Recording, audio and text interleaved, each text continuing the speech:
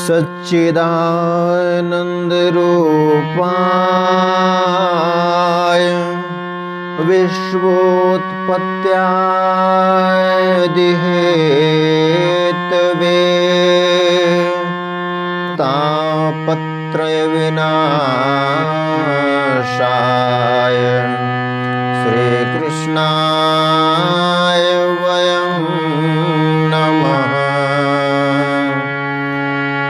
नारायणं नमस्कृत्य नरं चैव नरोत्तमं देवीं सरस्वतीं व्यासं ततो जयमुदीरयेत्।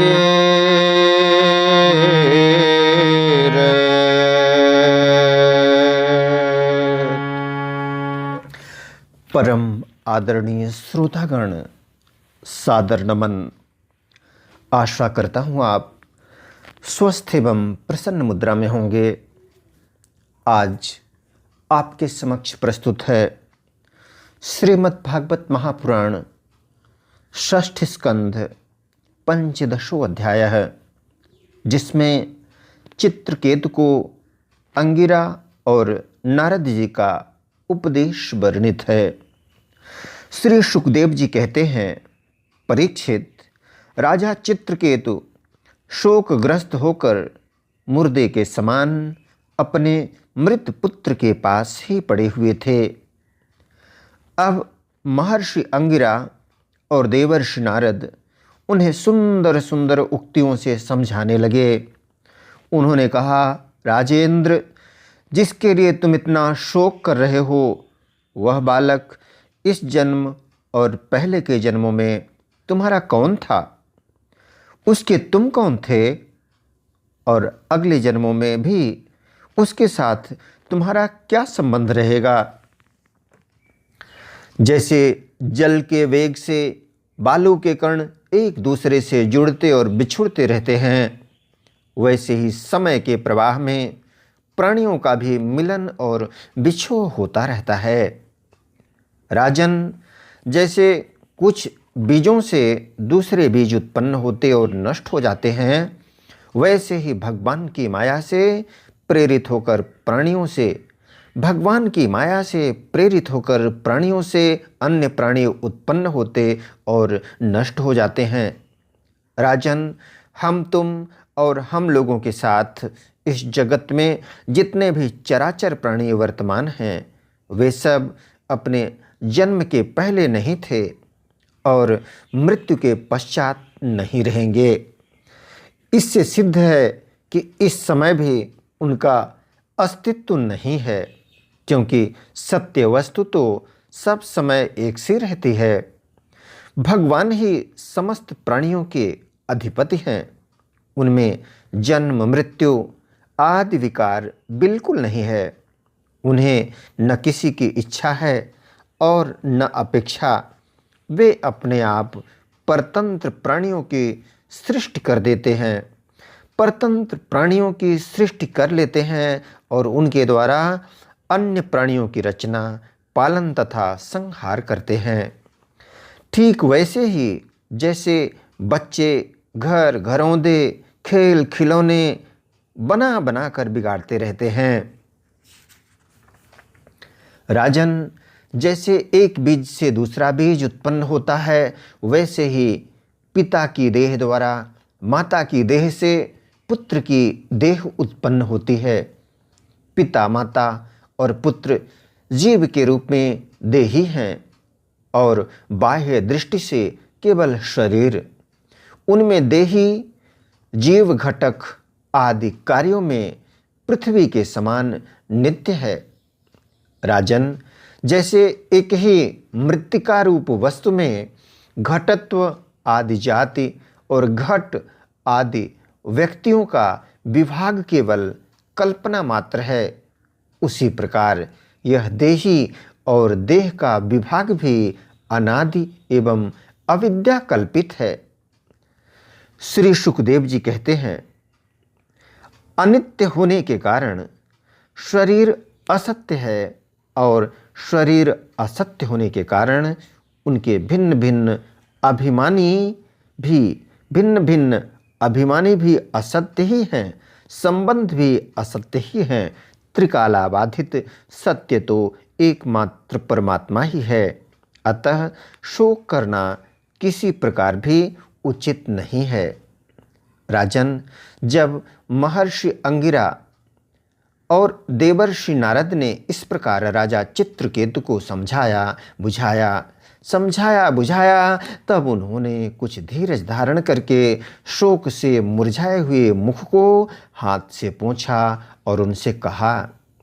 राजा चित्रकेतु बोले, आप दोनों परम ज्ञानवान और महान से भी महान जान पड़ते हैं तथा अपने को अवधूत वेश में छिपाकर यहाँ आए हैं। कृपा करके बतलाइए, आप लोग हैं कौन?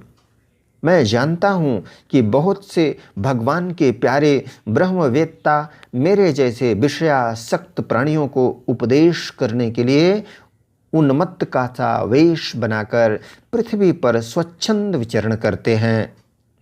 सनत कुमार, नारद, रेभु, अंगिरा, देवल, असित, अपांतरतम व्यास,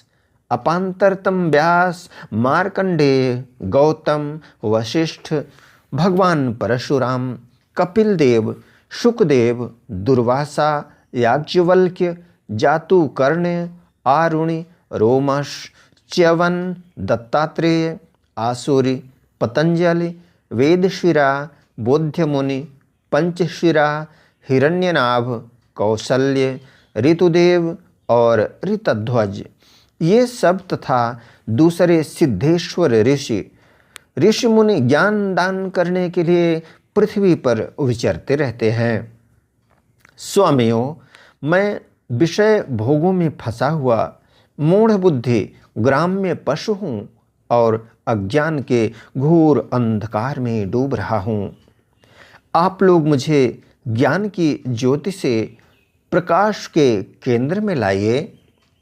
महर्षि अंगिरा ने कहा, राजन, जिस समय तुम पुत्र के लिए बहुत लालायित थे, तब मैंने ही तुम्हें पुत्र दिया था। मैं अंगिरा हूँ। ये जो तुम्हारे सामने खड़े हैं, स्वयं ब्रह्मा जी के पुत्र सर्वसमर्थ देवर्षि नारद हैं। जब हम लोगों ने देखा कि तुम पुत्र शोक के कारण बहुत ही घने अज्ञानांधकार में डूब रहे हो, तब सोचा कि तुम भगवान के भक्त हो, शोक करने योग्य नहीं हो। अतः तुम पर अनुग्रह करने के लिए ही हम दोनों यहाँ आए हैं। राजन, सच्ची बात तो यह है कि जो भगवान और ब्राह्मणों का भक्त है, उसे किसी अवस्था में शोक नहीं करना चाहिए। जिस समय पहले पहल मैं तुम्हारे घर आया था, उसी समय मैं तुम्हें परम ज्ञान का उपदेश देता, परंतु मैंने देखा कि अभी तो तुम्हारे हृदय में पुत्र की उत्कट लालसा है, इसलिए उस समय तुम्हें ज्ञान न देकर मैंने पुत्र ही दिया। अब तुम स्वयं अनुभव कर रहे हो कि पुत्रवानों को कितना दुख होता है। यही बात स्त्री, घर, धन, विविध प्रकार के ऐश्वर्य, संपत्तियाँ, शब्द रूप, रस आदि विषय, राज्य वैभव, पृथ्वी, राज्य, सेना, खजाना, सेवक, अमात्य, सगे संबंधी, इष्ट मित्र सबके लिए है। यही बातें इन सब के लिए हैं, क्योंकि ये सब के सब अनित्य हैं। शूरसेन, अतएव ये सभी शोक, मोह, भय और दुख के कारण हैं। मन के खेल खिलौने हैं, सर्वथा कल्पित और मिथ्या हैं, क्योंकि ये न होने पर भी दिखाई पड़ रहे हैं। यही कारण है कि ये एक क्षण दिखने पर भी दूसरे क्षण लुप्त हो जाते हैं। ये गंधर्व नगर स्वप्न, जादू और मनोरथ की वस्तुओं के समान सर्वथा असत्य हैं।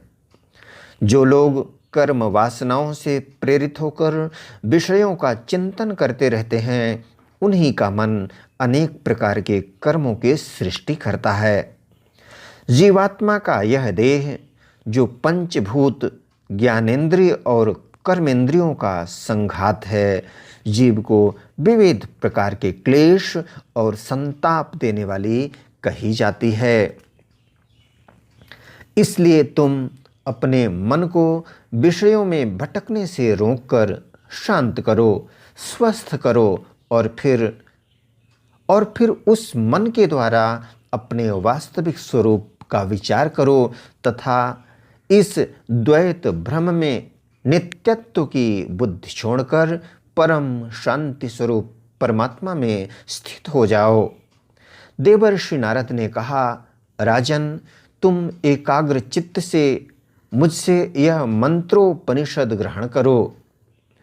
इसे धारण करने से 7 रात में ही तुम्हें भगवान संकर्षण का दर्शन होगा।